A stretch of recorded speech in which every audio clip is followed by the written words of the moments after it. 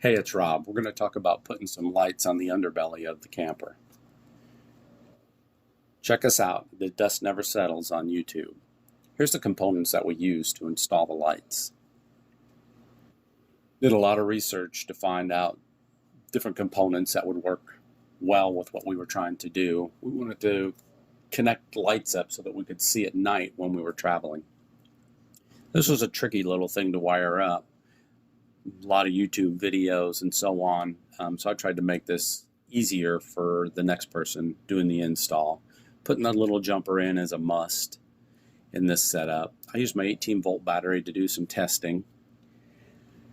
Used existing relays and grounds inside the camper to wire these lights up and controllers, and bought some cable minder and ran the lights on both sides of the camper, in front of the wheels, in front of the doors, on the water connections. Took our extra little control panel and put it in so we could turn the lights on from the inside. This is a camper with the lights off, with zone 1 on, zone 2 on, and then from the rear of the camper, zone 3.